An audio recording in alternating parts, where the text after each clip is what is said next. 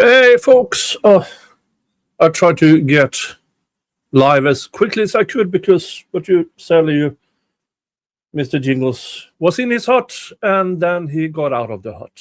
Yes, the strawberry hut. It's a very pale strawberry. Just saying, it's a very pale strawberry. But you can actually see. See? Seeds?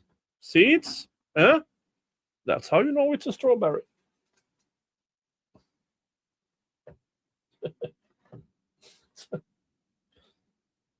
Don't you want to go inside your hut? You liked it yesterday. Hello, folks. Hello, folks. All right, folks. Yeah, there's a new Bederow Letter. And this is about the New Jersey case. And the New Jersey case is the woman who tried to catfish Paul O'Keefe by making shit up and then trying to more or less sell the story to gain fame and everything. That backfired spectacularly. And since then has done a lot of things to try to get Aiden in jail. And it seems like somehow this assistant prosecutor in New Jersey believed her. Went in front of a grand jury. No idea what was said there, of course. And got an indictment. So, Mark Bederow authored a Bederow Letter. And I can tell he is annoyed. Not annoyed as in, oh, you idiots, oh, la, la. No, I believe he's annoyed because this is a waste of his time. An absolute waste of his time. And it is. Because it's absolute horse. Whatever this indictment is, well, we will read about the indictment, what the claim is the basis, and other things. Look, hello. Lisa, thank you for 20 euros. Thank you so much. Yeah, folks, that is a new way for you to support my channel. If you're on mobile, is euros. And I really appreciate it. I mean, still not sure. It's about a cent per euro, but it is also levels to it. I have no idea. But I do know this here is 20 euros I didn't have 5 minutes ago. So thank you. All right. And folks, have to remind myself to do this instead of my usual intro song. Here's the link to Aiden's defense fund and the song. Enjoy.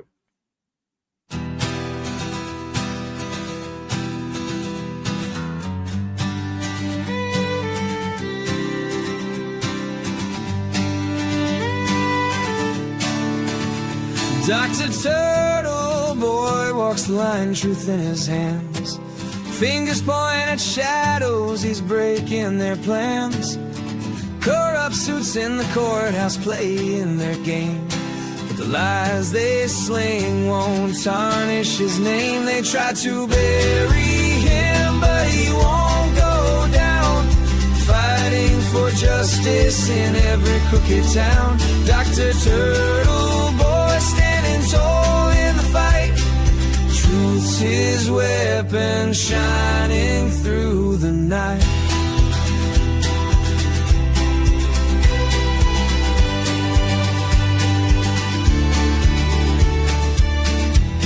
discharges flying, but they can't stick. He's cutting through the darkness, sharp and quick. The gavel pounds, but his voice won't break.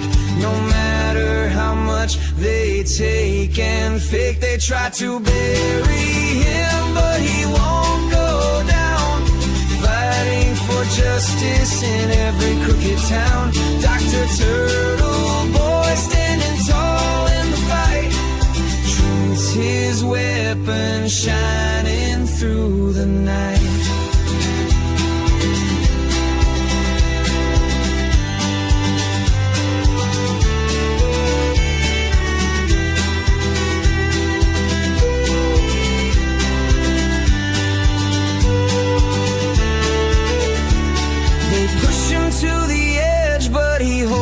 His ground in the face of their lies, his courage resounds.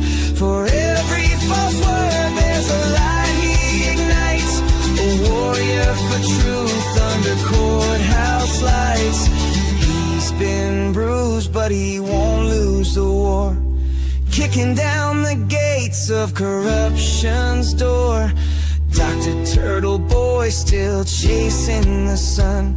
The fight's far from over, but he's never done.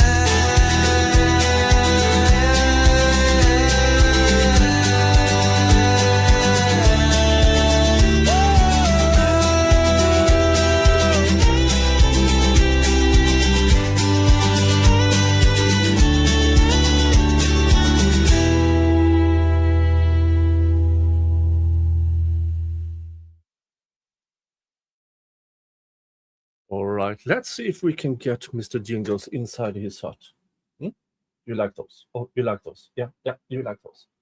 Yeah, inside. Well, I tried. Hi, Yaki Debug. Hello, Derek. And he's already finished. You got a fistful of cat treats. How did you eat those? It's still there. Look. Look. Get in. No, I won't. No.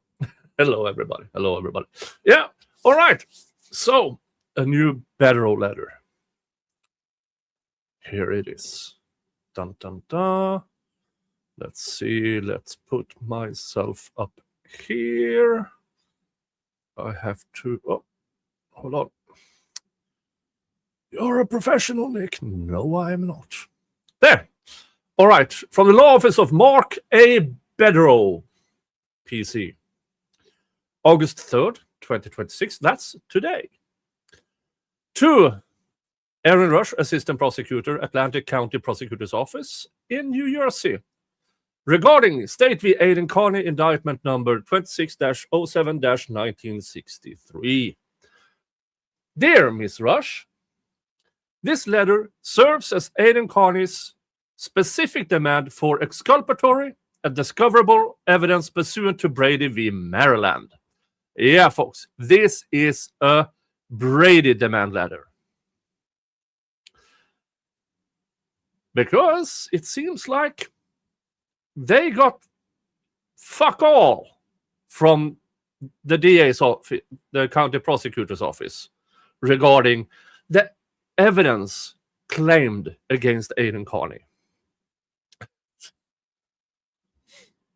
On July 22nd, 2026, an Atlantic County grand jury indicted Carney for one count of cyber harassment. The indictment alleges... Have you finished it all already? Mr. Jingles is always hungry. Yeah. No, I don't have any more.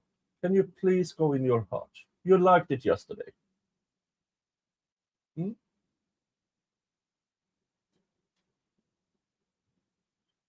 All right, let's continue. The indictment for one count of cyber harassment. The indictment alleges that on or about October 8th, 2025, Carney sent or made lewd, indecent, or obscene material about LS with a purpose to emotionally harm a reasonable person. my personal opinion about LS is you're damaged. There's nothing reasonable about you. All the fake accounts, all the lies, there's nothing reasonable about you. But I only read more or less the first page of this and thought, I have to do a stream about it.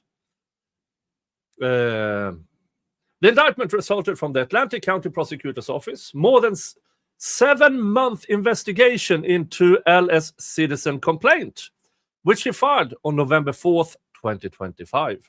Footnote 1. LS first attempted to have Carney arrested on October 13th, 2025. She went to the police seeking Carney's arrest. The police declined, but told her she could file a civilian complaint. Undeterred, the next day, LS called the police again seeking Carney's arrest. The ACPO, which is C3PO's less famous cousin, declined to authorize Carney's arrest because Carney's online comments were not a violation of LS' temporary restraining order against him. Yeah, so she already got a temporary restraining order. Now, if you don't know, these temporary restraining orders are done ex parte. She went in, made claims, got a temporary restraining order. All right. On July 30th, 2026, the Atlantic County Prosecutor's Office, ACPO, served the defense with all the discovery, quote unquote, you have. Under R3, under that rule, upon supplying the defense with discovery, that the prosecution shall provide the defense with a listing of materials that are missing and explain why they have not been supplied. Emphasis added. Emphasis added. To date, we have received neither such a list nor an explanation on why we have received such little discovery from this lengthy investigation. The discovery we have received consists of little more than a Linwood Police Department activity report printed out on January 28th, 2026, a one-page handwritten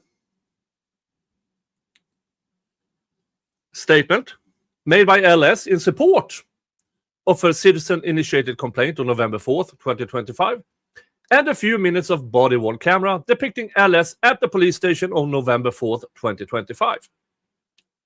Although the ACPO investigated LS civilian complaint for more than 7 months, we have not received any documents memorializing the statements or information LS provided to ACPO Chief Assistant Prosecutor Erika Haleko, who led the 7-month investigation and presented the letter to the grand jury, Sergeant Vicky Levy, the sole witness before the grand jury, or anyone else at the ACPO.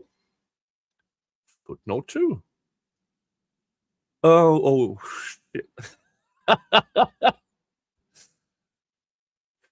Footnotes.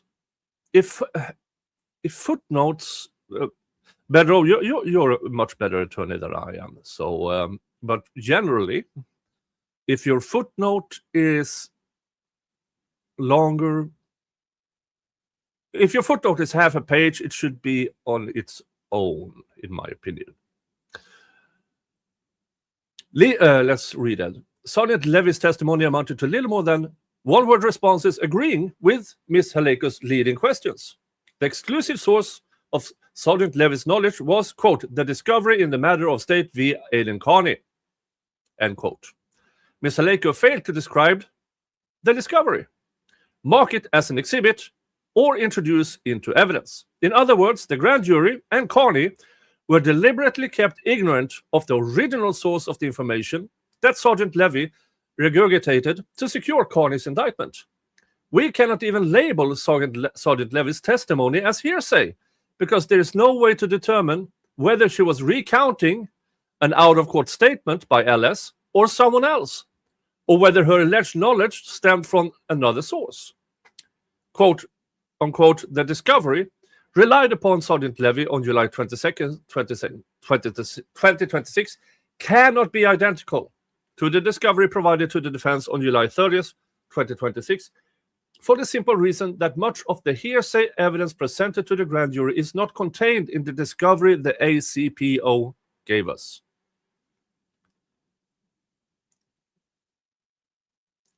Continuing. Leaving for another day the legal questions of whether Carney's words were quote-unquote lewd, indecent, or obscene, and or whether his speech was protected by the First Amendment. Footnote 3. United States Supreme Court precedent repeatedly holds expression remain protected even where the content hurt feelings, causes offense, or evokes resentment.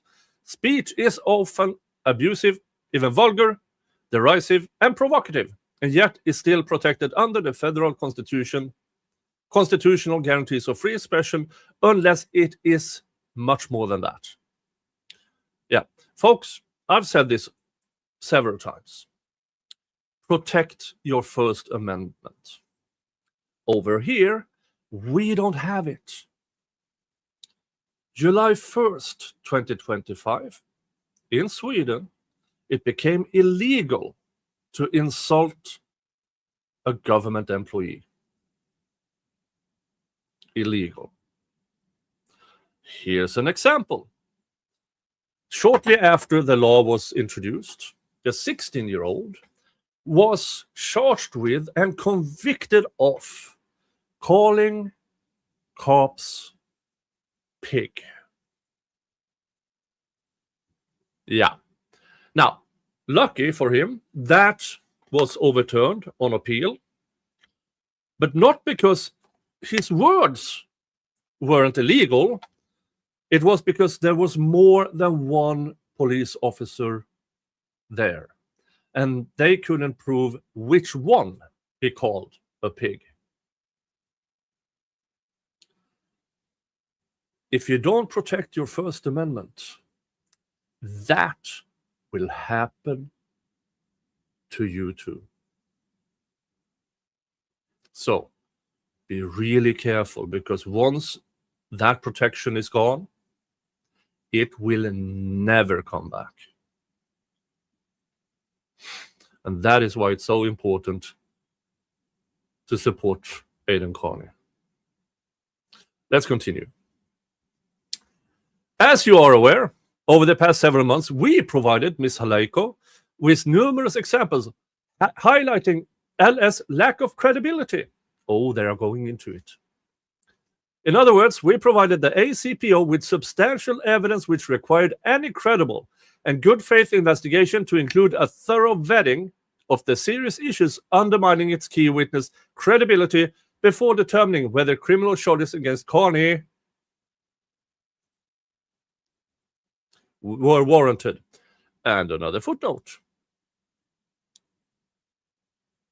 Footnote 4. Several times we requested in writing that the ACPO inform the grand jury about red flags associated with LS credibility.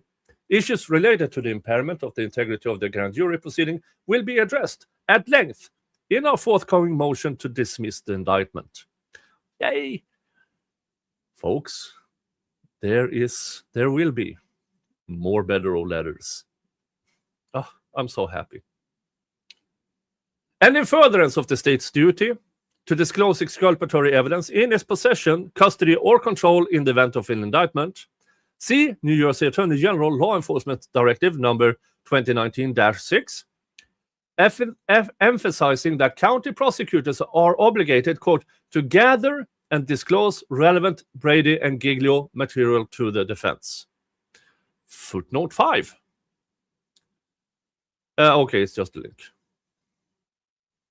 In addition to the concerns we brought to the ACPO's attention before the matter was presented to a grand jury, in the past few days we have received electronic communications between LS and multiple third parties, which, to be blunt, are astounding. These messages are so destructive to LS credibility that even prior to Carney's arraignment, we urged the ACPO to re-evaluate the wisdom of prosecuting a case whose entire foundation is built on a witness with such poor credibility. In sum, The communications we have been provided with by others reveal the ease with which Alice lies and dissembles to advance her self-interest and gain admiration from strangers on the internet. First, Alice lied in the furtherance of a deranged scheme to gain online clout by humiliating Paul O'Keefe, the brother of the victim in the high-profile Karen Reed case, a Massachusetts murder case in which Alice appears to have an unhealthy obsession. Next, Alice sought to capitalize on her online fame by lying to garner sympathy and to impress strangers on the internet with whom she shared nothing in common other than an interest in the Reed case. Finally, Alice lied as a part of her effort to have Carney jailed in Massachusetts because she was upset that he didn't give her enough quote-unquote credit for her humiliation of Paul O'Keefe. It should not be lost on you that this evidence exposes Alice's lack of quote-unquote clean hands, which is devastating to the cyber harassment case because her conduct severely undermines your ability to credibly suggest that a reasonable person in her circumstances would have suffered emotional harm because Carney said unpleasant things about her. Yeah.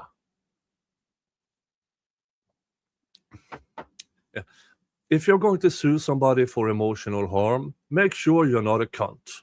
Okay? That's generalizing.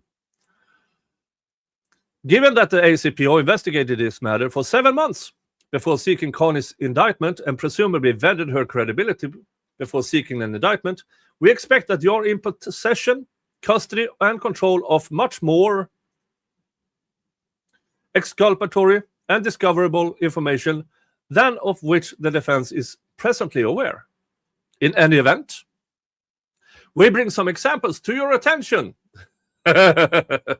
so you may comply with your obligation to present any favorable and discoverable evidence regarding LS in your possession, custody, or control. Oh, shit, there. LS repeatedly has lied about her ownership of numerous X accounts, including L. Woods.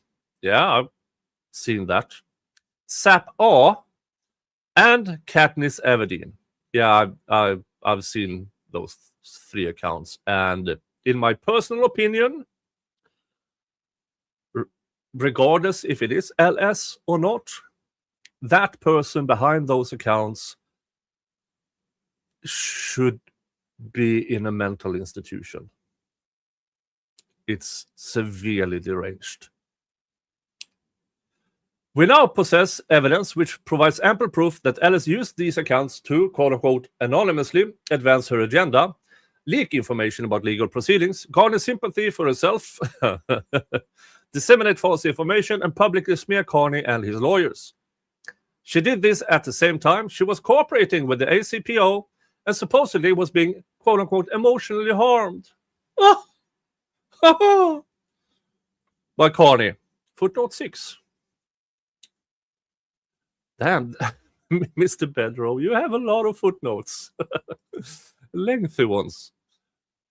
On December 18th, footnote 5, December 18th, 2025, approximately 1 month after she told the Linwood police that Carney was, quote, making her life a living hell, Alice voluntarily sought the dismissal of a civil proceeding and a vacatur of a protection order against Carney.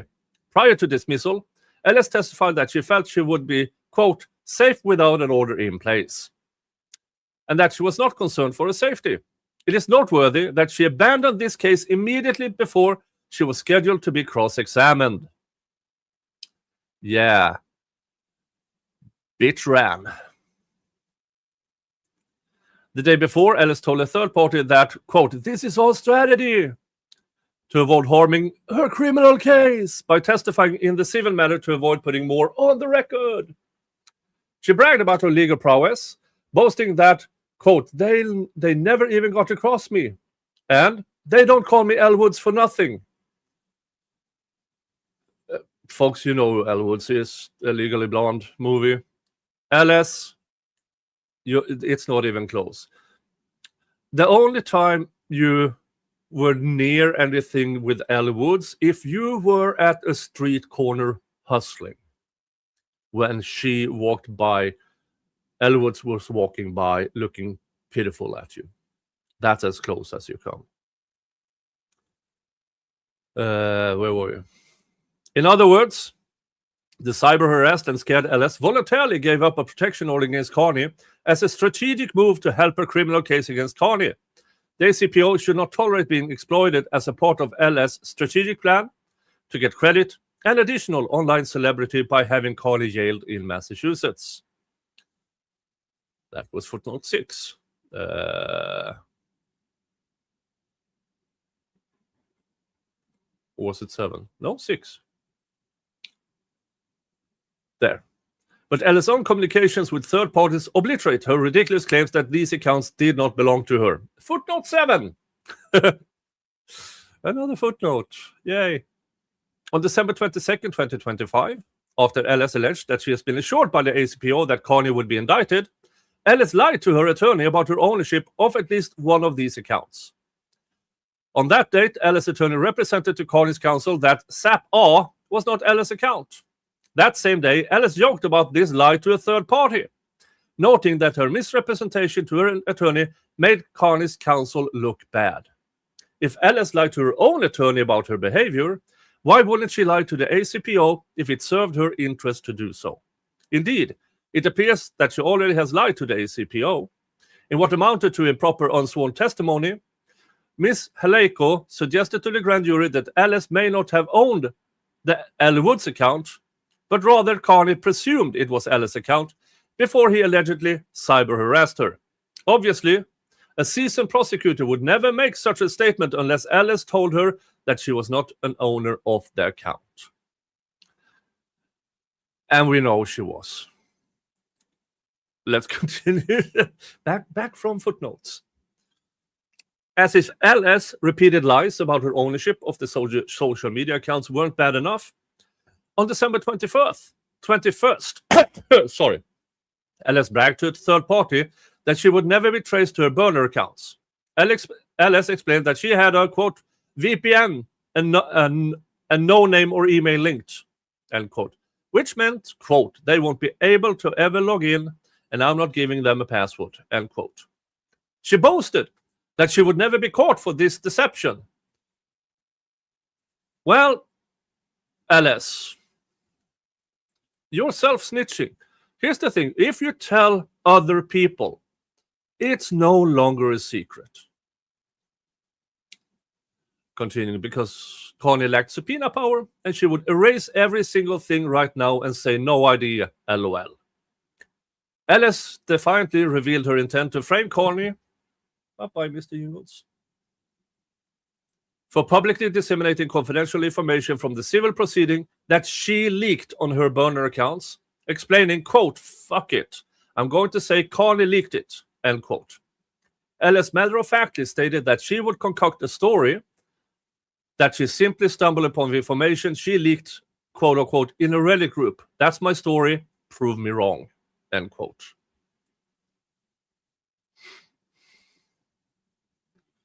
That is a good point, Oikerman. Wait, that means Carney is a witness to criminal perjury.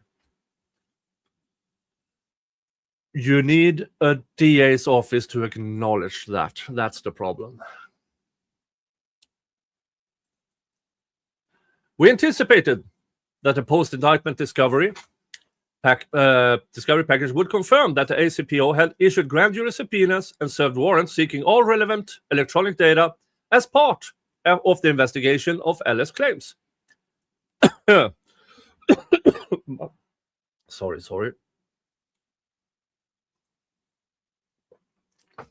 Electronic data as part of the investigation of Ellis' claims. Thus far, we have been provided with no such evidence.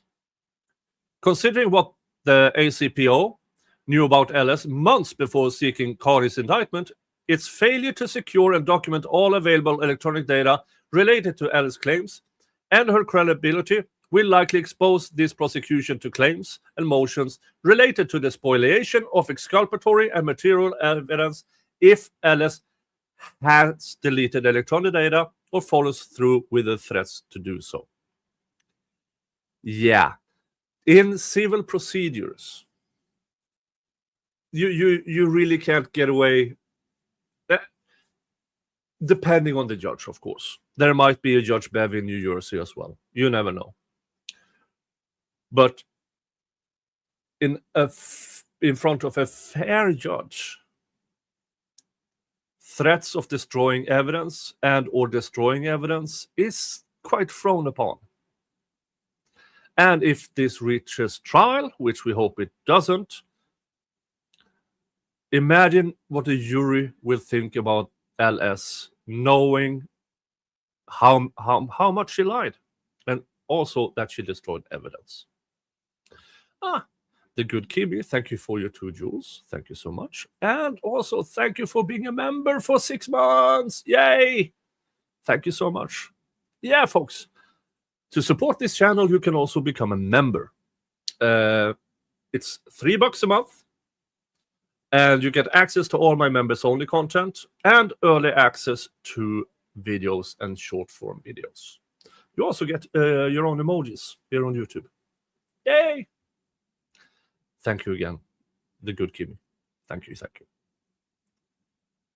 Let's continue.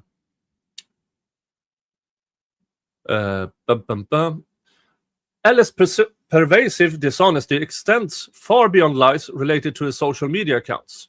The communications we recently received reveal her brazen...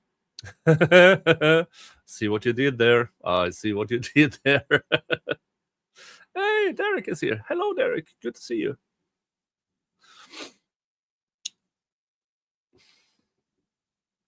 What was it? Yeah. The communication we recently revealed her brazen... See, I saw what you did there, Mr. Bederow. And deceitful pattern of inventing stories out of whole cloth in furtherance of a need for admiration and sympathy from strangers on the internet, which is entirely consistent with a motive for scheming against Paul O'Keefe. Some of the evidence about Ellis' untruthful conduct we recently acquired is described below. Here we go, folks. This is going to be amazing. Ellis publicly has claimed and listed on her LinkedIn biography that she is a licensed clinical psychologist who worked for Atlantic County. She has cited this fact to establish credibility with others with whom she has communicated with online. But according to New Jersey licensing records, Ellis has never been a licensed psychologist in New Jersey. How about that? How about that? Ellis has repeatedly stated that her father is or was a judge. Ellis' father is not and has never been a judge. On December 15th, 2025, Ellis admitted to a third party that she lied, explaining, quote, "The reason I told Aiden my dad was a judge was because I was hoping it would scare him. That's the only reason I lied." This is the New Jersey indictment.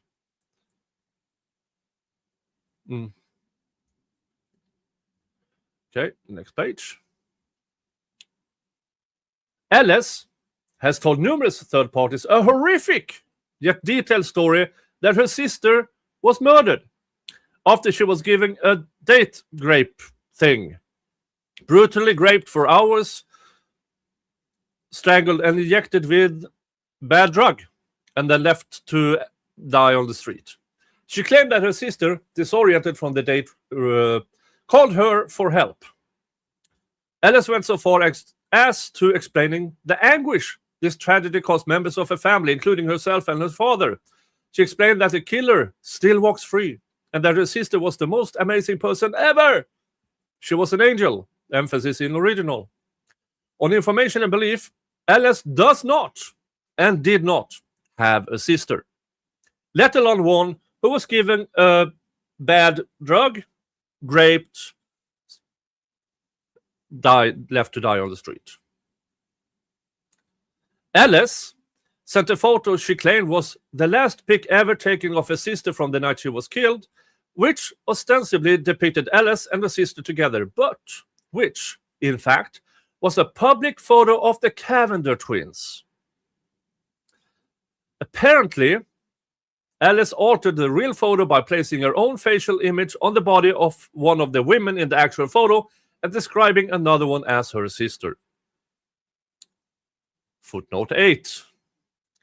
The Cavalier twins are former college basketball players who became models and social media influencers.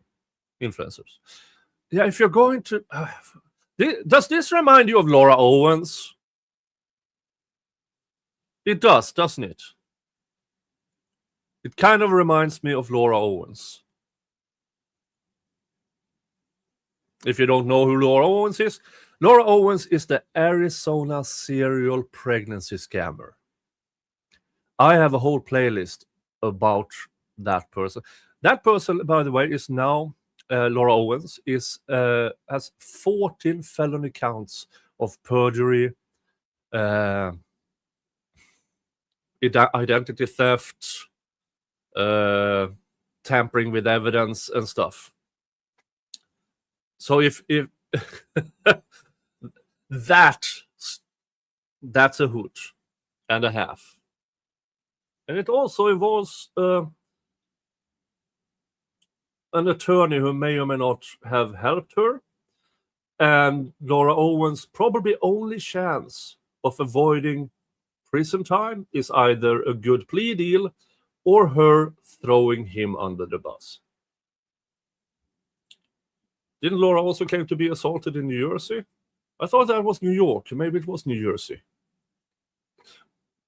Yeah, one of the things Laura Owens did in the middle of all this scamming, in order to gain sympathy, she claimed she went on the dating app, got a match, and was raped by a named individual. She named him in one of her documents. And by all accounts, that never happened.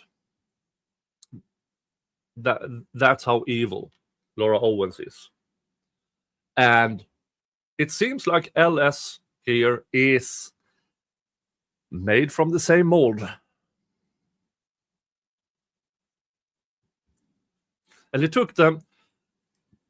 Laura Owens has 4 known victims. There is a 5th.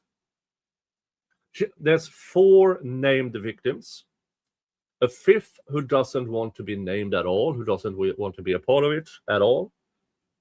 And all this over a 11-year span.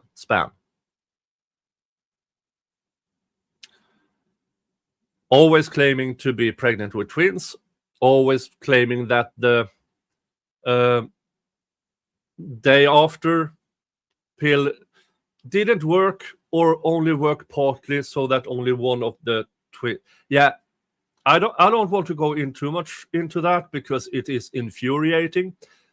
Laura Owens stole a woman's heartbreaking story regarding losing one of her babies in the womb.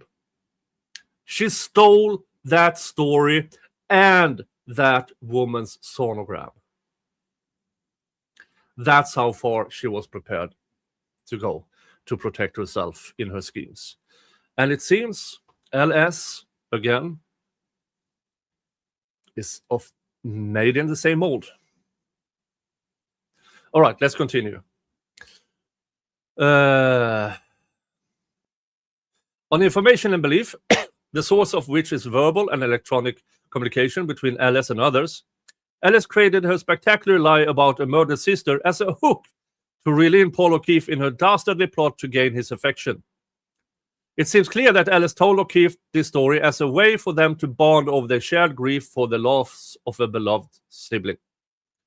Oh yeah, and by the way, Ellis, she's married. I don't care if she have kids or not. I haven't looked that much into her. And behind her husband's back, she does this to another man.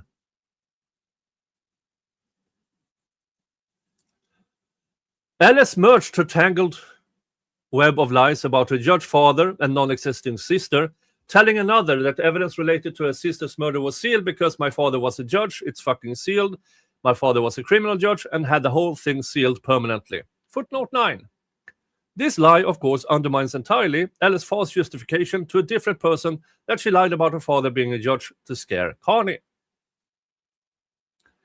To impress third parties she didn't even know, Alice shared photos which ostensibly showed her at exclusive social events with Derek Jeter, Alex Rodriguez, and Naomi Campbell.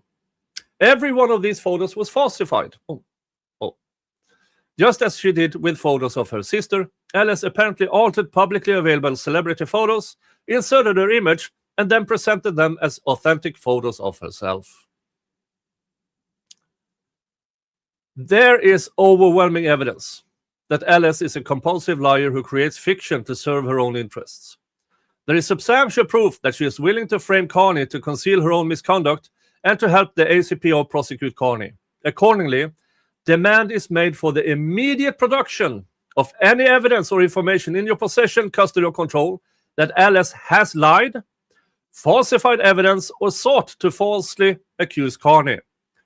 To the extent that you have not interviewed or spoken to Alice, considering our offer of proof, you are now aware of these issues and are obligated to question Alice about the issues we have presented in this specific demand for Brady and Giglio material, and to disclose your findings to the defense. In normal speak, now you know, now you're obligated to ask her about it, and then you have to tell us what she answered. Alice communications with law enforcement. As noted above, we have not received any statement Alice made to the ACPO or any law enforcement official since October 2025. Based upon Alice's messages with third parties, we know that these undisclosed communications exist.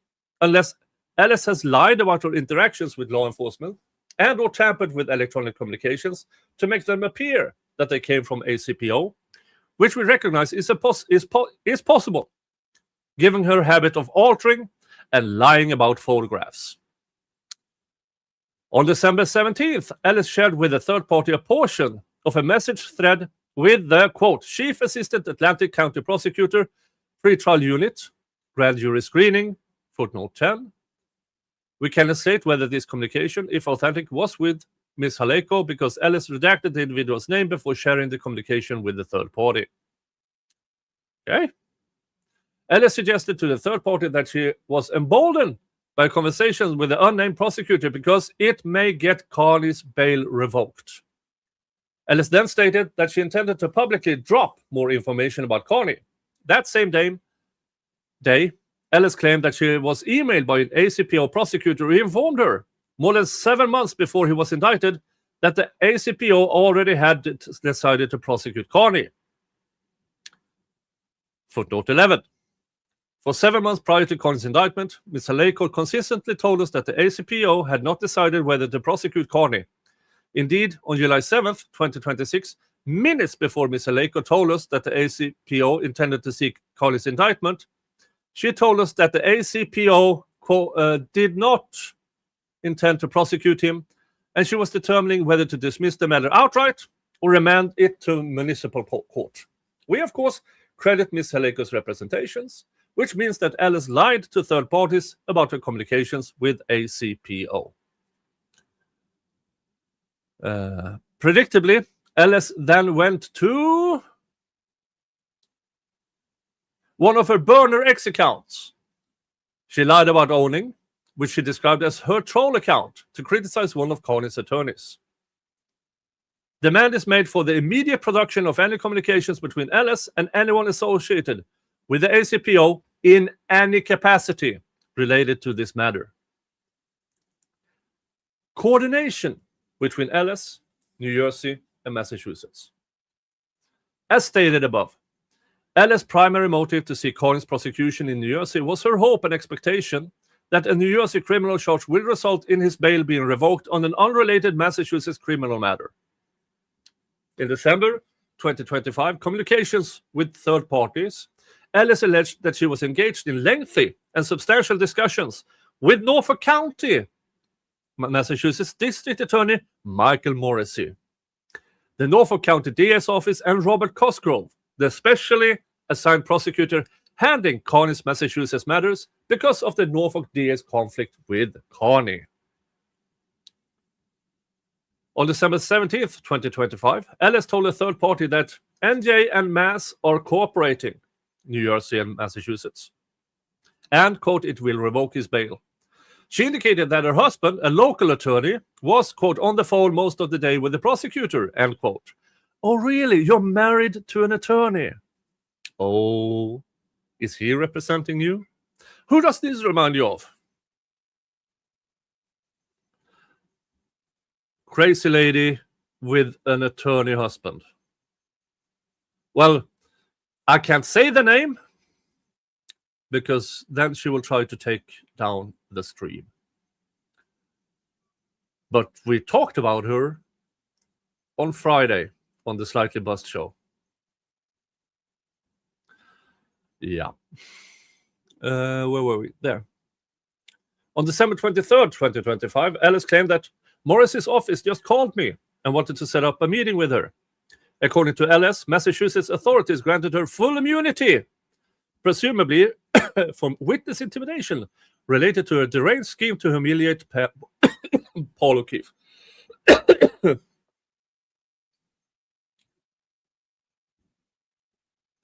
Sorry for coughing. CMGLA 268, paragraph 13b, Massachusetts Witness Intimidation Statute. Notwithstanding her opinion that Meatball is a scum, footnote 12, Meatball is a disparaging nickname for Norfolk County DA Michael Morrissey. He will be thrilled to hear that. Where were we?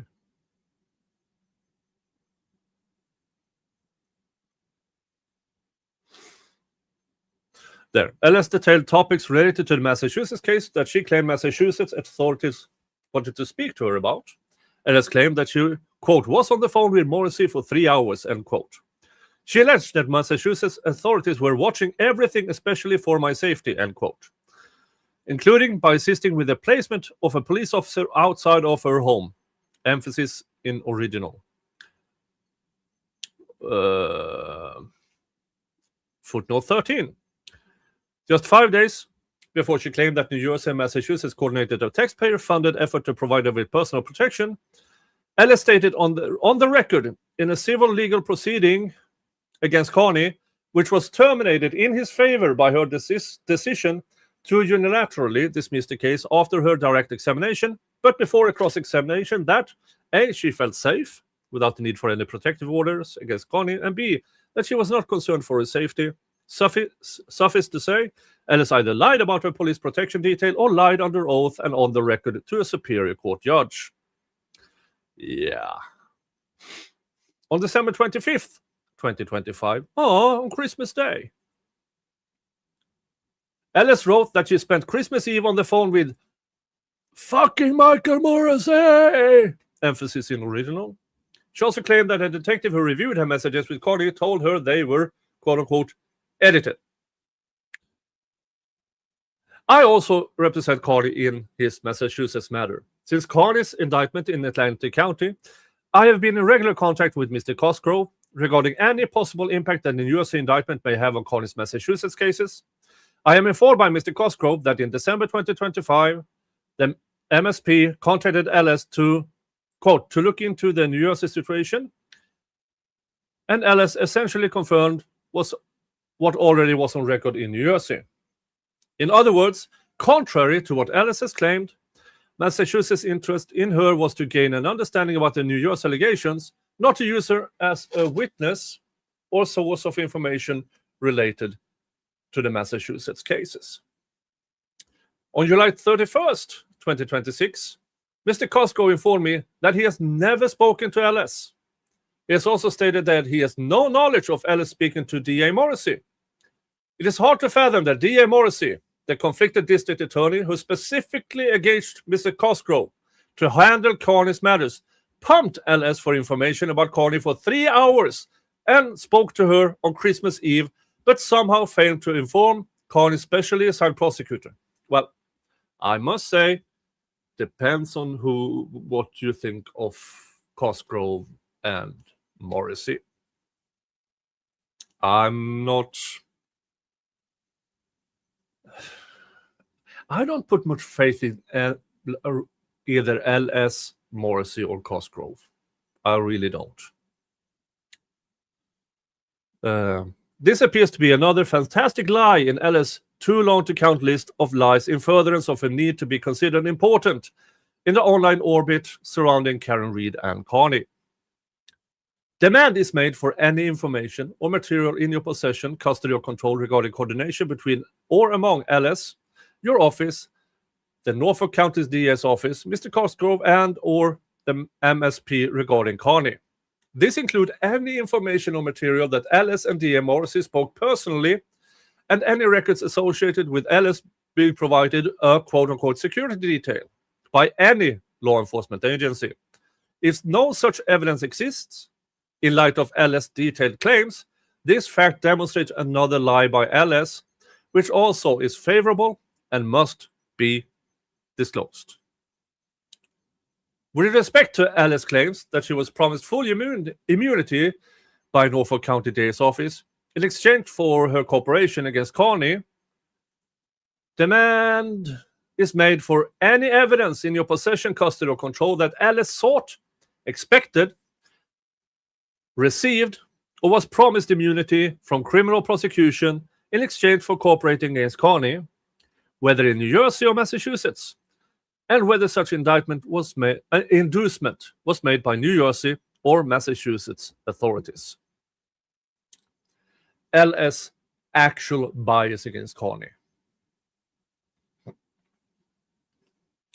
The messages we recently received make it clear that LS' detestation of Carney stems from jealousy, that she didn't get enough credit when Carney published a story describing her interactions with Paul O'Keefe.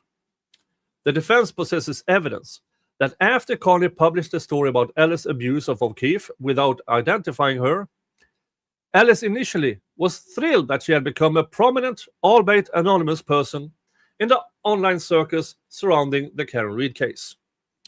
On March 26, 2025, Ellis bragged to an online friend that she spit her drink out laughing at people outside of court mocking O'Keefe with a selfie that he had sent LS. She was amazed at what she accomplished, noting, quote, "I never in a million years thought that this whole thing would literally break the internet. The internet literally broke." Not surprisingly, it was Ellis' giddiness over being the centerpiece of the story, quote, "that literally broke the internet," and her craving for attention as the woman who humiliated Paul O'Keefe that led her to randomly contact strangers on the internet.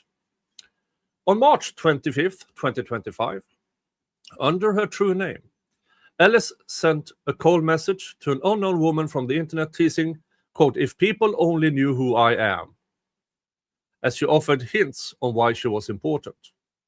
When the recipient of a message understandably responded, "Huh?" Ellis provided more hints to reveal her identity. One day before she bragged about breaking the internet, Ellis clearly was desperate to be recognized for her work. The messages we have been provided contain numerous other examples of Ellis' motive to falsely accuse Carney. Ellis has even fantasized about physically harming Carney. On one occasion, she noted that in New Jersey, people get assaulted for his conduct. On December 16th, 2025, Ellis said she would, quote, "drive to his house with a bat." She, quote unquote, joked she had, quote, "2 pistols, lol, let's ride. I have 2 rifles, if you prefer them. I could kick his ass." Emphasis in original. Demand is made for any information and material in your possession, custody, or control, which tends to show Ellis' actual bias against Carney and tends to show that her hatred of him and desire for attention may have motivated her to falsely accuse him. The above referenced examples are but a limited sample of exculpatory and less discoverable evidence related to LS. It stands to reason that you have possession, custody, or control of much more information that requires disclosures to the defense. According pursuant to Brady, Giglio, and or that rule, We demand prompt notice of whether such evidence exists, prompt disclosure of the existence of such evidence, disclosure of it, or as required by this rule, a list of undisclosed evidence and explanation on why it hasn't been disclosed. Very truly yours, Mark A. Bederow. And this is CC to Erica Haleko, Robert Cosgrove, Linda Kenny Baden, Darren Gelber, and Aidan Carney. And of course, this is collected from TB Daily News. Thank you, Aidan, for publishing this so I could go through it. Yeah, folks, it seems like LS is in over her head. She sought fame. And if this New Jersey thing continues, she'll get it. Just not the kind of fame she wanted. But you know what they say? Be careful for what you wish for. It might become true.